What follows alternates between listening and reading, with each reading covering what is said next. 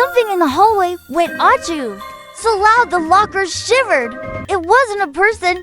On my walk to class, my yellow backpack sneezed. The zipper wiggled like a mustache. The straps flapped. And a puff of pencil shavings poofed out. "Bless you," I whispered. Tia peeked in, giggling. "Bro, your bag has allergies." We dug through pockets, jingle when ACHOO bowing. Erasers popped like pink popcorn. My worksheet helicoptered away. And my apple bowled down the floor.